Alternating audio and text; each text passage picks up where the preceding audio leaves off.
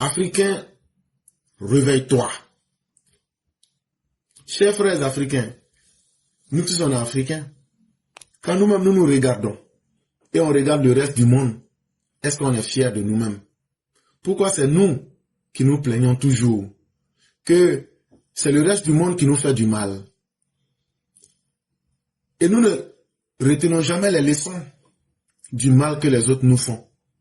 Malgré que nous crions partout que le reste du monde nous fait du mal et continue de nous faire du mal parce qu'ils nous ont fait du mal, mais nous continuons à espérer que le reste du monde continue de nous aimer.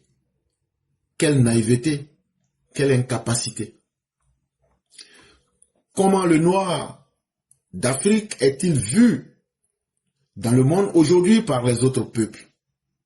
Mais toi, l'Africain, est-ce que tu t'es demandé, malgré tout ce que tu fais là, est-ce que tu sais ce que les autres pensent de toi? Assez souvent, soit avec condescendance, soit avec mépris. Dans de nombreux endroits dans le monde, le noir est vu comme un être totalement inférieur aux autres, que l'on peut réduire en esclavage, tuer, traiter comme un animal, sans que personne ne s'en plaigne, même pas lui. Dans d'autres endroits, il est vu comme un grand enfant un peu bénette, c'est-à-dire bête, pas trop intelligent, mais pas aussi méchant, sauf avec ses congénères, qui rit tout le temps, qui aime danser, parce qu'il a le rythme dans la peau, une sorte de grand handicapé, envers qui tout le monde doit être gentil. Voilà votre définition parfaite, voilà notre définition parfaite. Hé, personne ne t'aime. Pourquoi les gens ne t'aiment pas? Parce que toi-même tu ne te prends pas au sérieux. Toi-même, tu te plains trop. Et c'est pourquoi les gens disent, celui qui se plaint est déjà un être qui accepte sa condition. Et ce qu'on a remarqué avec toi, c'est que tu te plains tellement que tu te donnes même la place d'animal. Et comme toi-même tu te plains mais tu ne fais rien, donc on dit que c'est la place que tu t'es donnée. Et donc là, ce ne sont pas les autres qui vont avoir pitié de toi. Parce que quelqu'un qui se plaint beaucoup là, c'est quelqu'un qui n'a pas pitié de lui-même. Parce que ce qui te fait mal là, si ça te fait vraiment mal là, tu vas te lever, tu vas changer les conditions. Mais dans certains cas, quand le noir n'est pas là pour se plaindre, il veut distraire la galerie. Il veut jouer les intéressants. Donc il joue les bêtes. Il joue l'homme pas assez intelligent, l'homme naïf qui n'est pas méchant, mais le noir est très méchant avec son frère noir. Ça, si tu veux connaître la force de l'Africain, du noir, il faut le voir comment il maltraite son frère devant les autres. Mais surtout quand tu veux connaître le côté bête de l'Africain, il faut aller le voir, c'est lui qui rit toujours. C'est lui qui est toujours en train de danser. On dit même qu'il a le rythme dans la peau. Mais en réalité, tout ça, c'est pour nous présenter que nous sommes des grands handicapés. Pour que le monde entier ait pitié de nous à travers leur gentillesse. Il n'y a pas longtemps, on vendait encore les Africains sur les marchés d'esclaves en Libye. Jusqu'à ce jour, des Africains sont traités comme des bêtes dans de nombreux pays arabes. Ils sont discriminés parfois dans leur propre pays. A-t-on entendu une voix africaine officielle se lever? Au temps de Mohamed Kadhafi, au moment où l'on devait créer l'Union africaine, on a assisté à une chasse à l'homme noir en Libye, au cours de laquelle des Libyens avaient tué de nombreux Africains noirs. Qui a dénoncé cela? Parmi les Africains noirs, personne. Au contraire, c'était à qui parmi nos chefs d'État ferait le plus la cour à Kadhafi? Africain, il est temps que tu te réveilles si tu as un peu de dignité. Vous allez dire que ce que je dis est choquant, mais c'est tout au moins la vérité. Kadhafi que vous voyez, que les gens sont en train d'applaudir là, hey, l'Union européenne, la France, l'Italie là, ils payaient Kadhafi pour tuer vos parents africains, pour qu'ils ne puissent pas aller traverser la Méditerranée. C'est quand Kadhafi a échoué à rentrer et à devenir le leader de la Ligue arabe, comme il sentait qu'il n'était plus rien, c'est là qu'il a maintenant cherché à devenir le guide de la soi-disant Afrique. C'est parce qu'il n'était rien chez les Arabes, ils lui ont rappelé que ce n'était qu'un berbère et qu'il ne va jamais être capable de commander les Arabes. C'est là qu'il s'est replié sur vous. Et les faits sont là.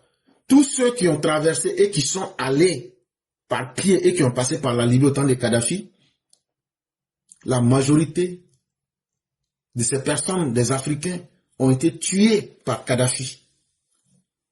La vie de Kadhafi ne peut pas être mieux que ces millions d'Africains dont la vie a été arrachée par Kadhafi. Et c'est pourquoi nous autres, on ne peut pas nous tromper. La vie de Kadhafi ne peut pas être mieux que la vie des millions d'Africains qu'il a détruit en prenant de l'argent pour détruire la vie des Africains. C'est pourquoi, quand ils l'ont dépecé comme un chien en public, ils l'ont loupé. C'est pourquoi, quand les gens ont tué la semaine dernière son fils Saïf al-Islam, c'est très bien fait. Ils l'ont loupé encore. Mais c'est l'Africain qui est tellement bête, qui ne cherche pas à connaître la vérité de l'histoire, qui est là, comme on dit Kadhafi c'était un libérateur, il était bon, donc il est bon. Comme on dit Thomas Sankara était bon, donc Thomas Sankara était bon. Mais de ce qu'on t'a dit là, est-ce que toi tu as pris le temps de chercher à comprendre? Quand Kadhafi s'est replié pour dire qu'il va créer l'Union africaine, et puis lui va être le chef là, Kadhafi a lancé une opération pour faire abattre les Africains qui étaient sur le sol libyen. Mais il n'y a aucun président africain qui a eu le courage de se lever, puisqu'il leur a remis des mallettes d'argent. Et nos chefs d'État ont vendu la vie de nos frères africains qui ont été tués en Libye au nom de quelques mallettes. C'est ça l'homme africain. Et je vous ai dit, l'Africain, si tu veux savoir qu'il est méchant et courageux, c'est sur son propre frère. Il n'est pas courageux avec les autres, mais il est très courageux quand il s'agit de mettre la vie de son frère en danger ou même d'humilier son frère. Là, l'Africain est très fort. Et aucun des chefs d'État africains n'a refusé les mallettes de Kadhafi. Au contraire, même, il lui faisait la cour pour aller récupérer les mallettes. Et avec ça, vous voulez que les gens vous respectent. Si vous avez honte et que vous pensez que ces histoires-là sont cachées, nous le savons et nous allons montrer ces histoires aux Africains. Pour que les Africains se réveillent. Pour que vous ne soyez plus victimes du placebo mental des propagandistes. Pour que vous ne soyez plus victimes de l'enfumage mental de ceux qui ont pour mission de venir vous tirer vers le bas. Il faut être courageux pour dire les choses. Il faut être courageux quand les gens ont posé des actes. Il faut être courageux de libérer le peuple en disant ce qui est vrai. Pendant des siècles, des Européens sont venus prendre toute ta force vive pour en faire des esclaves, dans des conditions effroyables. L'Européen, il a fait ça dans toute l'Afrique, du Sénégal au Mozambique. Oh, bien sûr, il y a eu des complicités et des résistances ici et là, mais les résistances n'ont pas été suffisamment fortes pour y mettre fin. Te souviens-tu de ces résistants? Honores-tu leur mémoire? Honores-tu la mémoire de ceux qui ont été enlevés à leur terre? Et aujourd'hui, tu n'es même pas capable de commémorer cette tragique histoire, juste pour que tes enfants s'en souviennent et ne le permettent plus. Et parce que tu ne t'en soucies pas, tu n'en fais pas ton affaire, on vient juste chez toi pour t'insulter. Africain, réveille-toi si tu as encore de la dignité.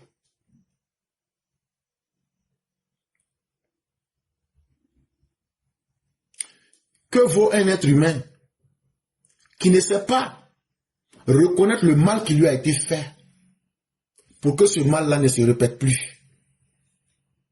Des côtes de l'Afrique de l'Ouest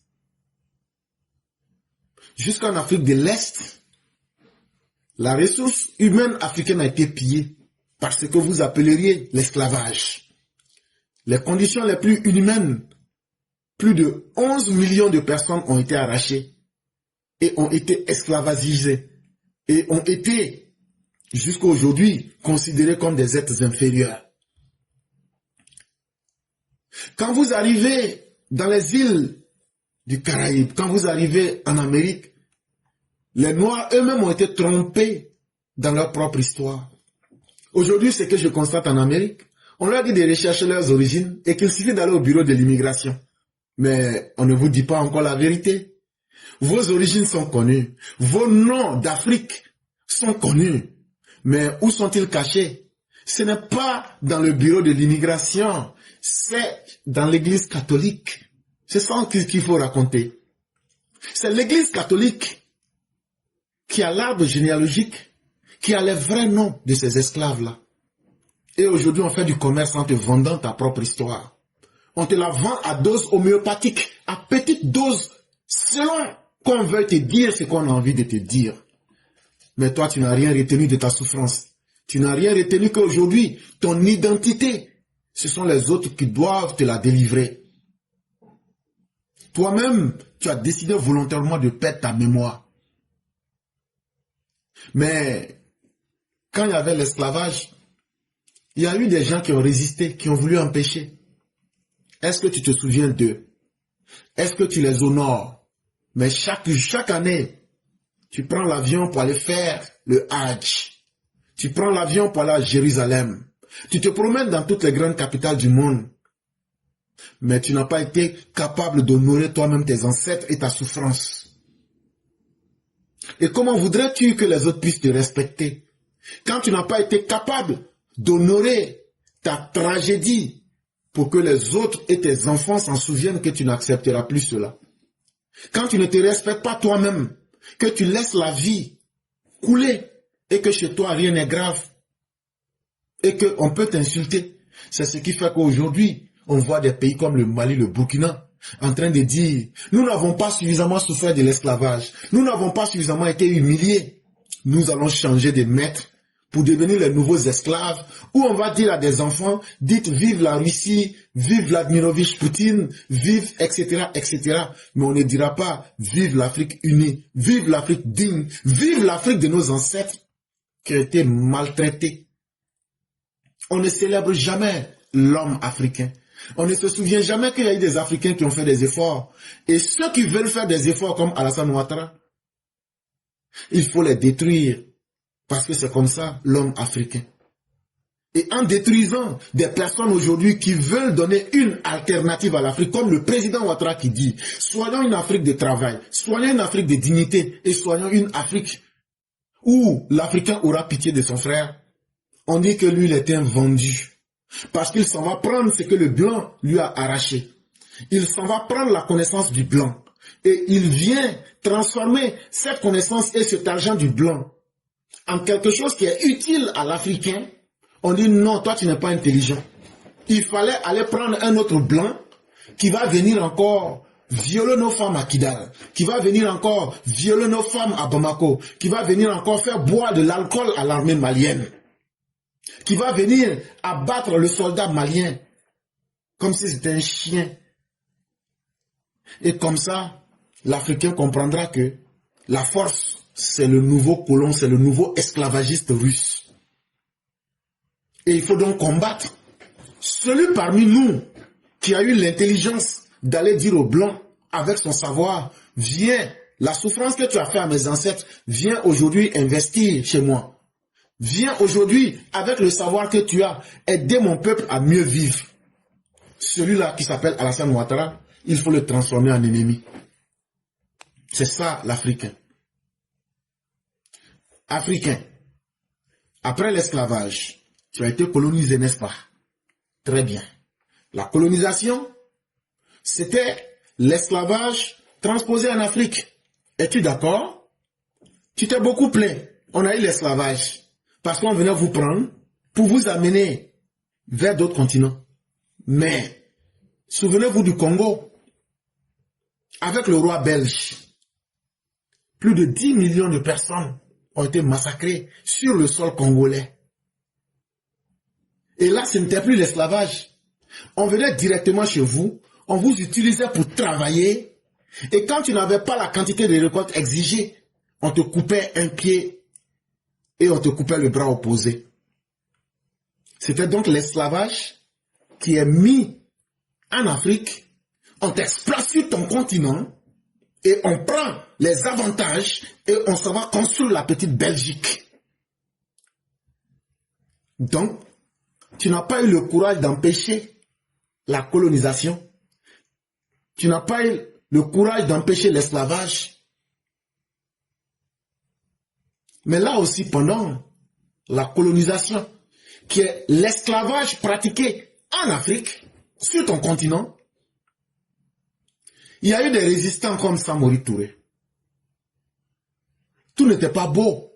Mais lorsque Samori commence son combat, sachez qu'il se fournissait en armes avec les Anglais.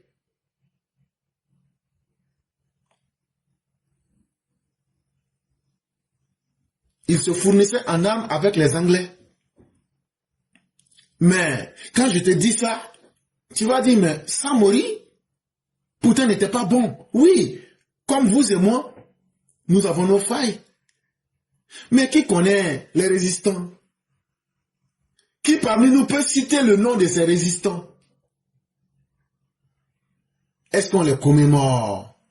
Est-ce qu'on a un monument pour rappeler qu'il y a eu des garçons et des femmes qui ont résisté? Est-ce que vous aviez oublié les Amazones du Bénin? Mais non.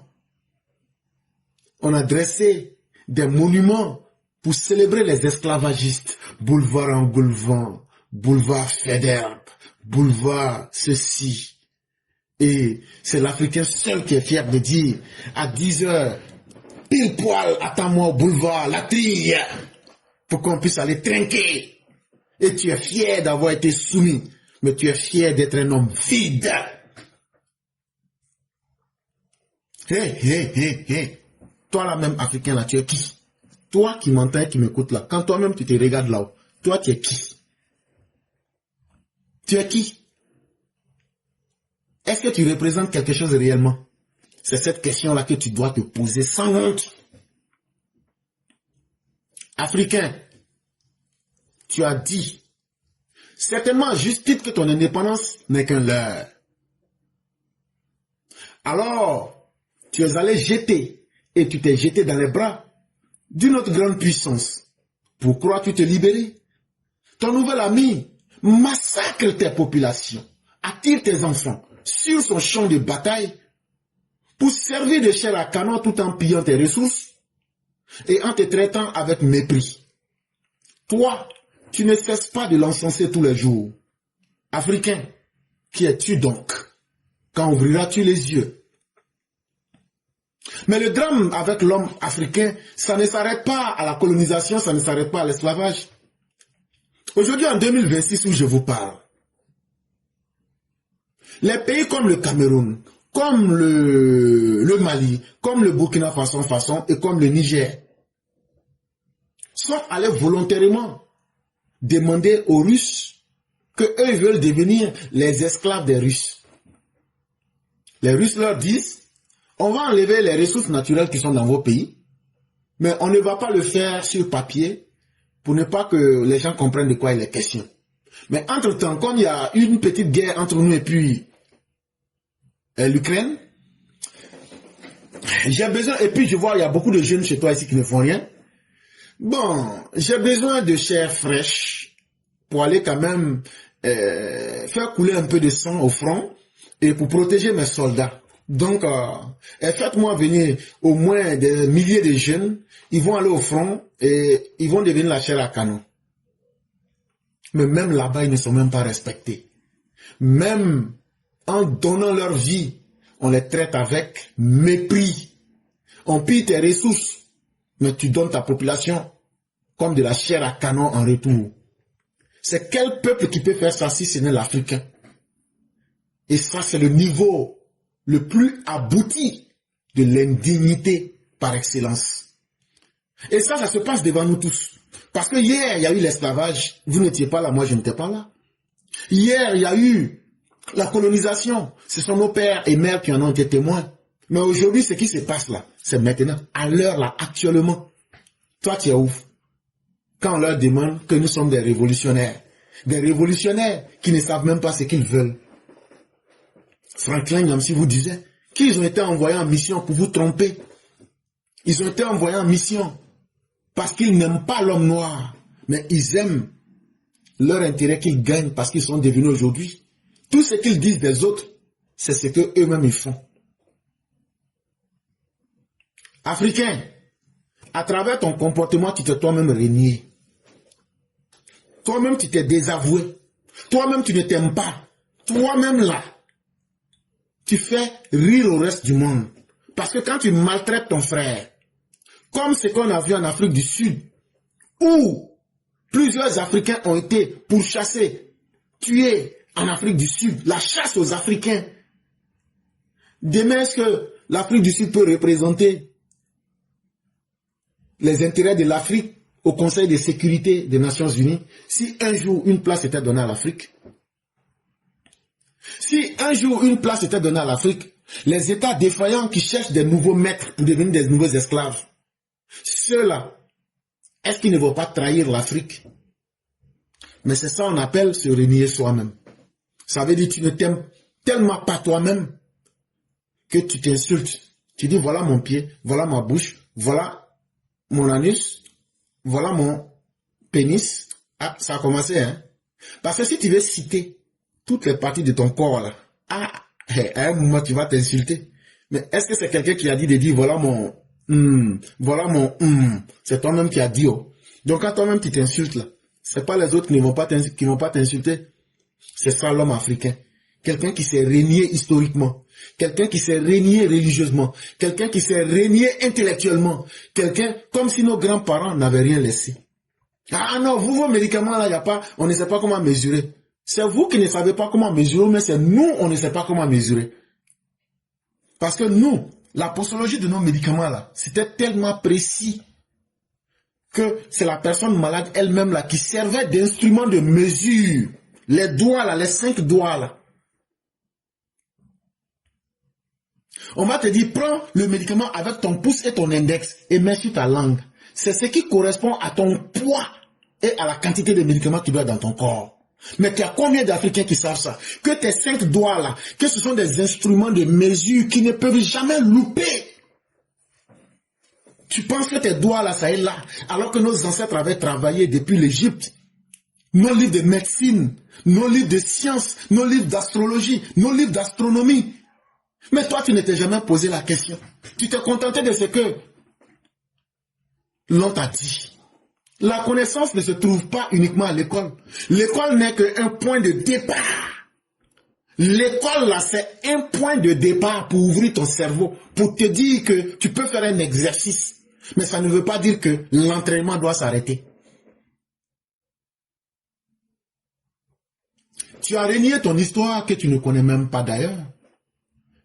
En te contentant de réciter l'histoire que les autres ont écrite pour toi. Tu as renié ta spiritualité, ta culture, ta couleur, tes cheveux. Tu te ruines pour aller payer les cheveux des autres. Tu ruines ta belle peau noire pour aujourd'hui pratiquer le tcha. Tu ne connais même pas ta culture. Tu ne connais même pas le nom de tes deuxièmes ancêtres.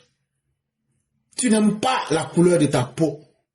Tu penses que le bonheur c'est chez l'autre parce que tu vois les buildings, mais tu ne te rends pas compte que c'est toi qui as le meilleur climat, c'est toi qui as la meilleure vie. Et le drame dans l'histoire, c'est que tu n'as pas honte. Et tu veux que les autres te respectent. Et ça t'étonne quand les gens te manquent de respect. Quand les gens te traitent de singe, comme ce qui a été fait à Obama, est-ce que c'est étonnant? Quand Obama est venu là, il n'a pas été garçon comme Trump. Même le Obamacare qu'il devrait prendre pour montrer qu'il était là, qu'il était un président, il n'a pas pu faire. Il est resté là comme ça. Il est resté là comme ça. Il est resté là à hésiter. Mais Trump là, c'est un vrai garçon.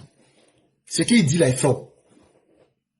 Qui a empêché Obama? Quand on te donne le rôle de président, là, tu dois faire ce que tu dois faire. Donc si on vient te porter en singe, là, c'est le comportement d'un singe que tu as eu. Donc nous autres là, ça ne nous fait pas pitié. Parce que nous ne sommes pas bêtes. Dans la gouvernance d'Obama, l'Africain a eu quoi? Les Noirs américains ont eu quoi? C'est aussi cette question-là qu'on doit être capable de se poser. Trump ne le cache pas. Il est là pour des intérêts bien connus. Il est là pour défendre des groupes bien connus. Mais à partir du moment où tu rends le président le plus puissant de la planète, l'Afrique a eu quoi quand Obama a été le dirigeant? C'est aussi de cela qu'il est question. Et on veut aujourd'hui jouer les étonnés, que personne ne nous respecte. On emporterait Obama avec sa femme et un singe. Mais on s'en tape. Mais eux nous ont traités comme des vermines. La communauté africaine, américaine n'a rien eu. Si ce n'est que le logo pour dire qu'il y a un noir qui a passé à la Maison Blanche. Cette réalité, il faut l'accepter. Africain, tu dors sur les terres les plus riches de la planète. Mais tu les utilises à produire ce que tu ne consommes pas. Et tu te bats pour consommer ce que tu ne produis pas. Est-ce qu'il y a un peuple qui se comporte comme ça sur la planète Terre? Oui, nous on a l'uranium. Ouais, nous on a le gaz. Ouais, on a le pétrole. Ouais, c'est l'Afrique. Nos terres sont riches. Toi, le vaurien, tes terres sont riches, mais tu ne manges pas 3 fois par jour. Tes terres sont riches, mais toi, tu n'arrives même pas à produire ce dont tu as besoin. La vraie richesse, ce n'est pas ce que tu peux donner et que tu ne peux pas transformer. Mais c'est l'Africain seul qui produit ce que lui ne mange pas et il consomme ce qu'il ne produit pas. De vous à moi, est-ce que ce n'est pas une honte pour le ministère de l'Agriculture de Côte d'Ivoire de nous parler d'autosuffisance en riz, en banane, en manioc? Quand moi je vais à Abidjan, les boules d'Attiéké, 100 francs, hey! La nature est généreuse. Mais vous dites vous êtes riche, mais vous ne pratiquez pas ce qui peut vous aider. Non, c'est cacao. J'ai dit, oh. Ah, voilà cacao là maintenant, les blancs chiés dans vos bouches.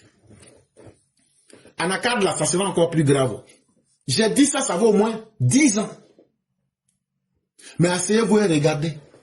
Parce que tant que tu ne produis pas ce que toi-même tu consommes là, si tu produis ce que les autres ont besoin là, ils ont toujours la force de dire qu'ils n'en ont pas besoin.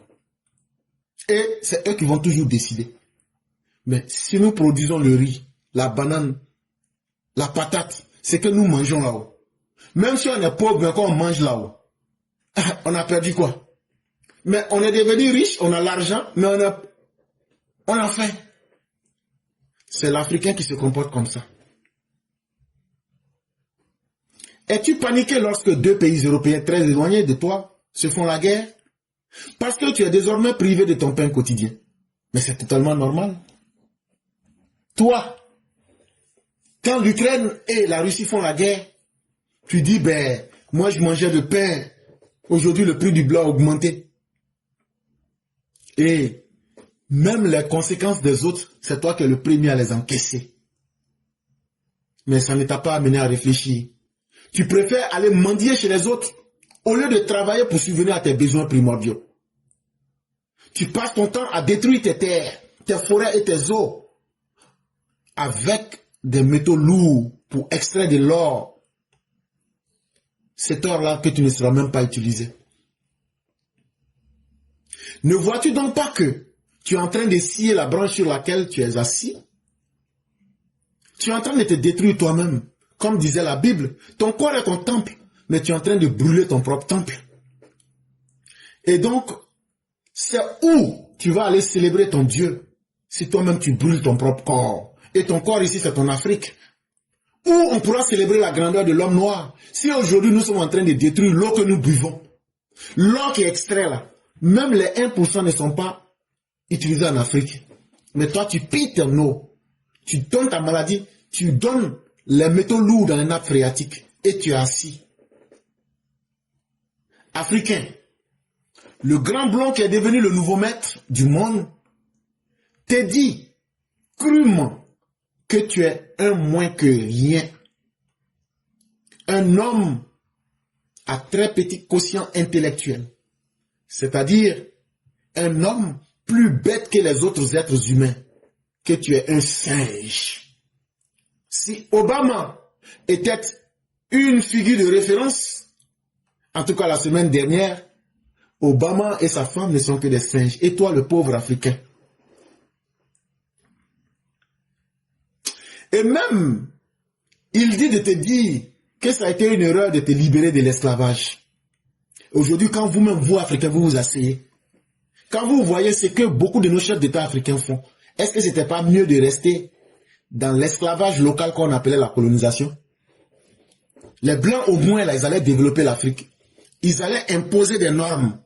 Mais chez nous, en Afrique, nos droits ne sont pas respectés. Chez nous, en Afrique, on interdit la libre pensée. On interdit que tu puisses penser différemment. Mais ça, c'est pas pire que l'esclavage. On le dit souvent dans les films chinois. Tu peux posséder mon corps, tu peux me maltraiter, mais tu n'auras jamais mon âme. Quand Wang Yu se fait couper le pied et les bras, tu peux tuer mon corps, mais tu n'auras pas mon âme. Mais nous-mêmes là, notre âme, notre esprit, notre corps, tout ça là, ils ont tout eu. Hé, mon frère, si tu ne te réveilles pas maintenant là, ne sois pas étonné de ce qui va arriver bientôt. Ce qui va arriver bientôt là, tu vas disparaître.